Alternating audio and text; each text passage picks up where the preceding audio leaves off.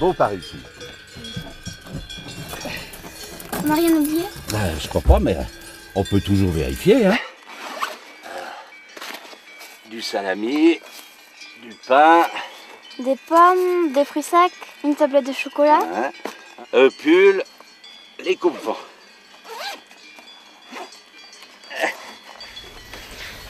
Tu sais, grand-père, ça me fait plaisir de reprendre les promenades avec toi. Moi aussi. Ah, t'as pris de l'eau parce qu'on risque bien de transpirer sous le soleil. T'inquiète pas, c'est pas la première fois. Et en plus, maintenant, ça fait comme une tradition. Ah, c'est vrai, nos excursions de l'année dernière étaient très agréables. Et pour rien au monde, j'aurais voulu les louper. Ce qui est chouette avec toi, c'est qu'on apprend tout plein de choses. On y va? On y va. Il y a tellement de choses à voir dans la nature. Et même des fois, il suffit de regarder pour comprendre comment elle fonctionne. Et moi, comprendre, ça me donne de l'énergie. Pas trop quand même. C'est pas que tu vas trop vite, mais tes explications sont parfois compliquées. Compliqué, mes explications? Peut-être, c'est vrai. Mais tu sais, c'est pas toujours facile d'expliquer la science. Mais en gros, on sait comment fonctionnent les phénomènes qui agitent la nature. Comment ça, les phénomènes qui agitent la nature? Tu veux parler des tempêtes et des tremblements de terre? Oui, par exemple. Mais la nature s'agite aussi avec des mouvements bien moins spectaculaires. De quoi veux-tu parler? Ah bien, des rivières qui coulent, les plantes qui poussent, c'est aussi de la nature qui consomme et crée de l'énergie. En fait, l'énergie est partout autour de nous. Les plantes, avec leur chlorophylle verte, en sont le meilleur exemple. On ne s'en doute pas forcément, parce que ça se passe à une échelle microscopique. Mais leurs feuilles nous battent largement pour exploiter l'énergie solaire.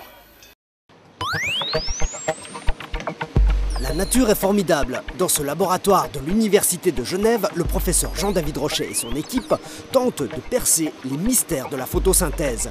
Car mieux que quiconque sur notre planète, les plantes savent tirer profit de l'énergie solaire.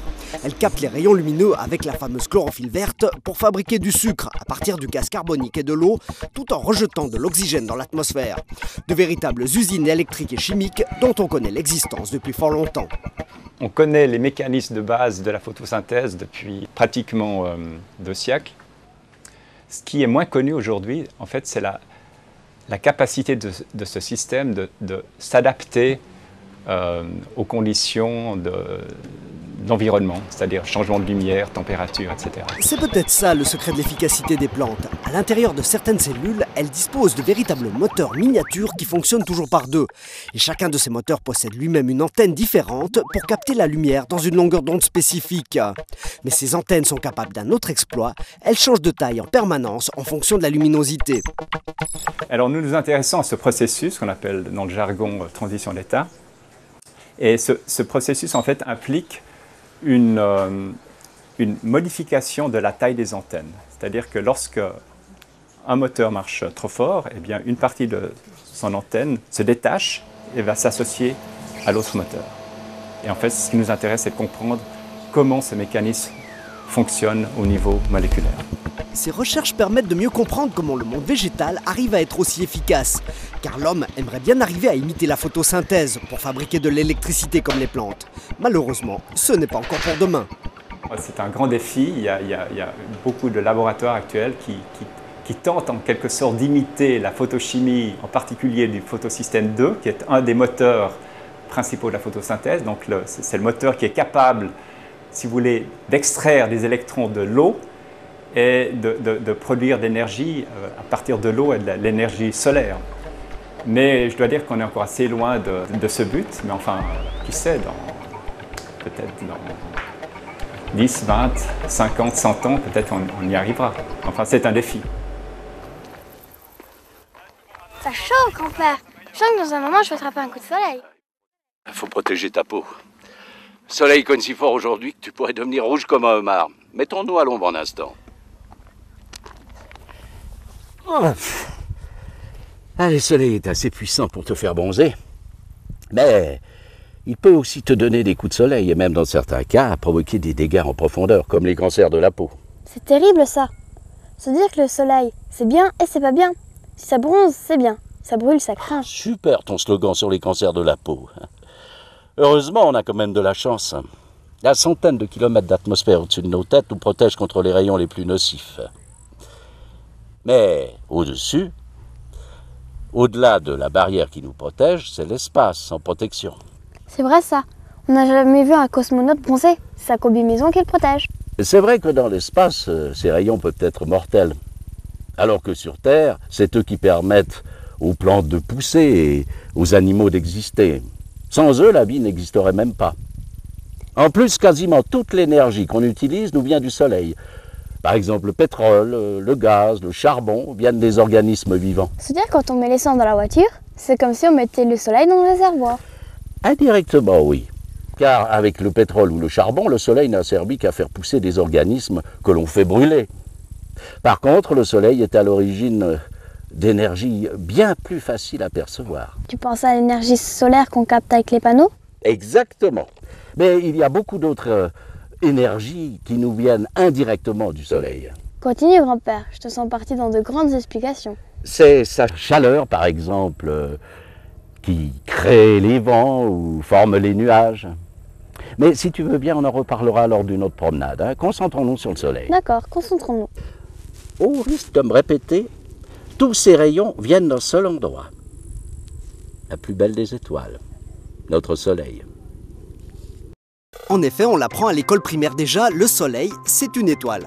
D'ailleurs, notre Soleil est assez commun.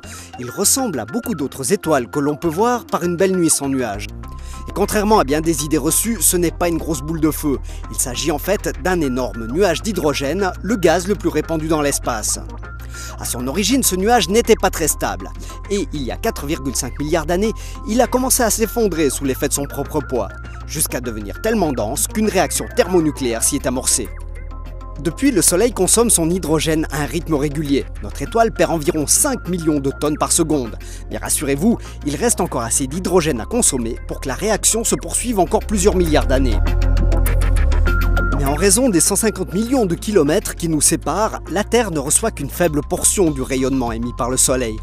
En fait, seul un 10 milliardième de sa lumière vient toucher le sol.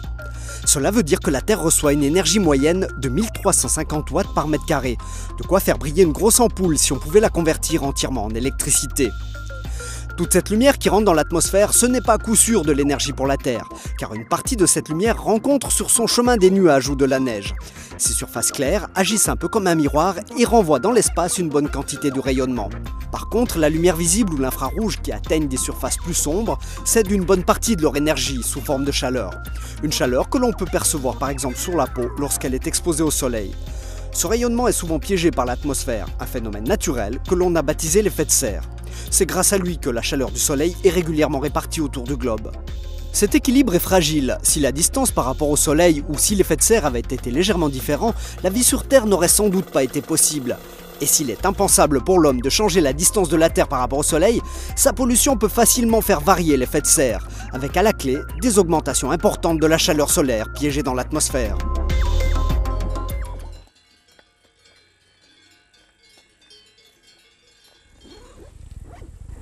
Il fait plus frais ici. Et pourtant, le soleil est haut dans le ciel. C'est vrai qu'on a pris de l'altitude et en altitude, il fait toujours plus frais. Tu sais pourquoi? Ben, quelle question? Parce qu'il y a moins d'air. Par contre, en montagne, le soleil est quand même plus fort, c'est bien connu. De l'air plus frais, un soleil plus fort, c'est la condition idéale pour fabriquer de l'électricité. C'est pour ça que la principale usine solaire de Suisse est installée sur une montagne. Et tu sais comment elle s'appelle? Ben, le Mont Soleil. Et le Mont